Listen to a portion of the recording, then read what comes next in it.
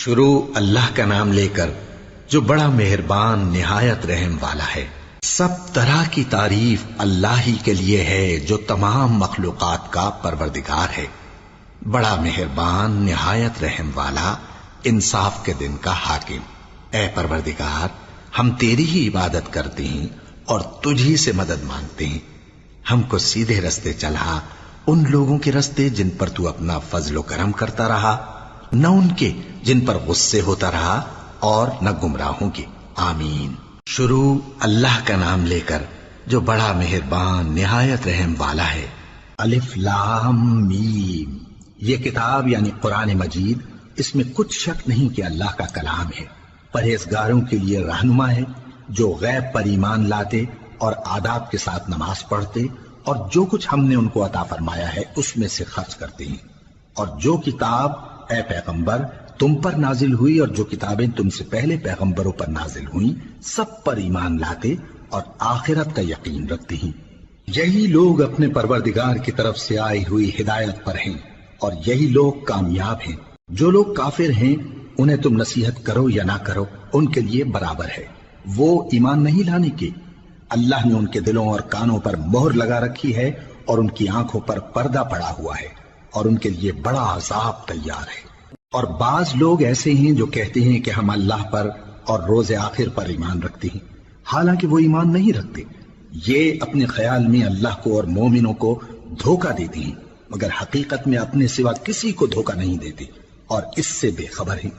ان کے دلوں میں کفر کا مرض تھا، اللہ نے ان کا مرض اور زیادہ کر دیا اور ان کے جھوٹ بولنے کے سبب ان کو دکھ دینے والا عذاب ہوگا۔ اور جب ان سے کہا جاتا ہے کہ زمین میں فساد نہ ڈالو تو کہتے ہیں کہ ہم تو اصلاح کرنے والے ہیں۔ دیکھو یہ بلا شبہ مفسد ہیں لیکن خبر نہیں رکھتے۔ اور جب ان سے کہا جاتا ہے کہ جس طرح اور لوگ ایمان لے آئے تم بھی ایمان لے آؤ تو کہتے ہیں بھلا جس طرح بے وقوف ایمان لے آئے ہیں اسی طرح ہم بھی ایمان لے آئیں۔ سن لو کہ یہی بے وقوف ہیں لیکن نہیں جانتے۔ اور یہ لوگ جب مومنوں سے ملتے ہیں تو کہتے ہیں کہ ہم ایمان لے آئے ہیں، اور جب اپنے شیطانوں میں جاتے ہیں تو ان سے کہتے ہیں کہ ہم تمہارے ساتھ ہیں، اور مسلمانوں سے تو ہم ہنسی کیا کرتے ہیں۔ ان منافقوں سے اللہ ہنسی کرتا ہے اور انہیں مہلت دیا جاتا ہے کہ شرارت و سرکشی میں پڑے بہک رہے ہیں۔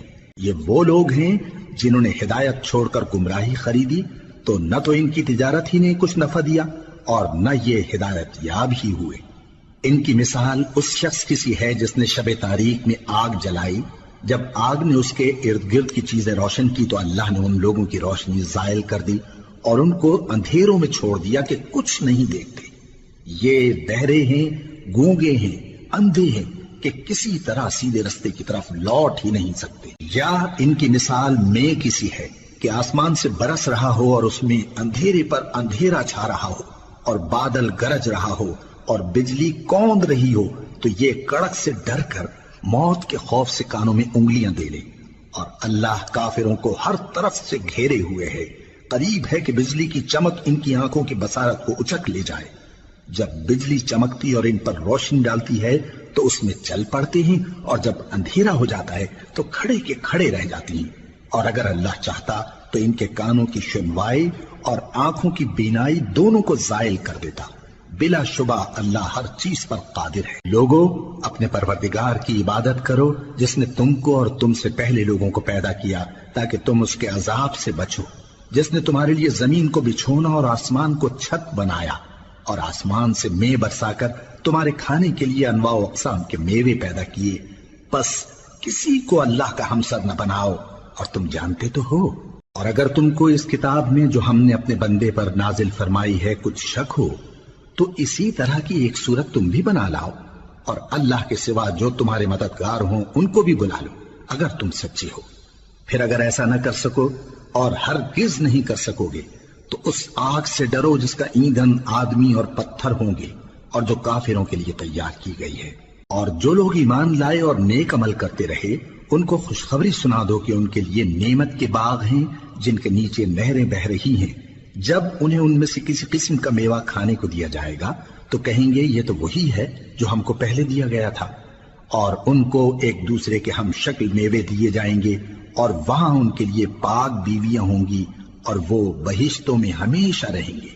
اللہ اس بات سے آر نہیں کرتا کہ مچھر یا اس سے بڑھ کر کسی چیز مثلاً مکھی مکڑی وغیرہ کی مثال بیان فرمائے۔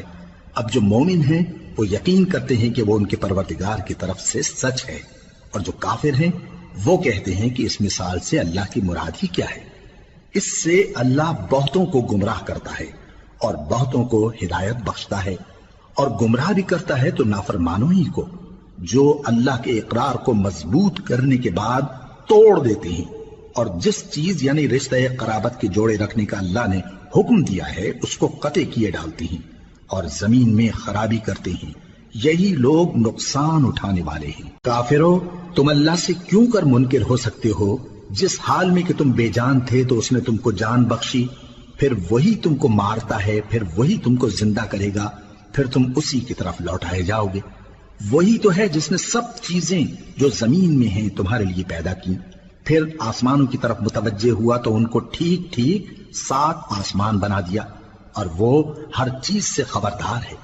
اور وہ وقت یاد کرنے کے قابل ہے جب تمہارے پروردگار نے فرشتوں سے فرمایا کہ میں زمین میں اپنا نائب بنانے والا ہوں۔ انہوں نے کہا، کیا تو اس میں ایسے شخص کو نائب بنانا چاہتا ہے جو خرابیاں کرے اور کچھ تو خون کرتا پھرے؟ اور ہم تیری تعریف کے ساتھ تسبیح و تقدیس کرتے رہتے ہیں۔ فرمایا، میں وہ باتیں جانتا ہوں جو تم نہیں جانتے۔ اور اس نے آدم کو سب چیزوں کے نام سکھائے، پھر ان کو فرشتوں کے سامنے کیا اور فرمایا کہ اگر سچے ہو تو مجھے ان کے نام بتاؤ۔ انہوں نے کہا، تو پاک ہے، جتنا علم تو نے ہمیں بخشا ہے اس کے سوا ہمیں کچھ معلوم نہیں، بے شک تو دانا ہے، حکمت والا ہے۔ تب اللہ نے آدم کو حکم دیا کہ آدم، تم ان کو ان چیزوں کے نام بتاؤ۔ سو جب انہوں نے ان کو ان کے نام بتائے تو فرشتوں سے فرمایا، کیا میں نے تم سے نہیں کہا تھا کہ میں آسمانوں اور زمین کی سب پوشیدہ باتیں جانتا ہوں، اور جو تم ظاہر کرتے ہو اور جو پوشیدہ کرتے ہو سب مجھ کو معلوم ہے۔ اور جب ہم نے فرشتوں کو حکم دیا کہ آدم کے آگے سجدہ کرو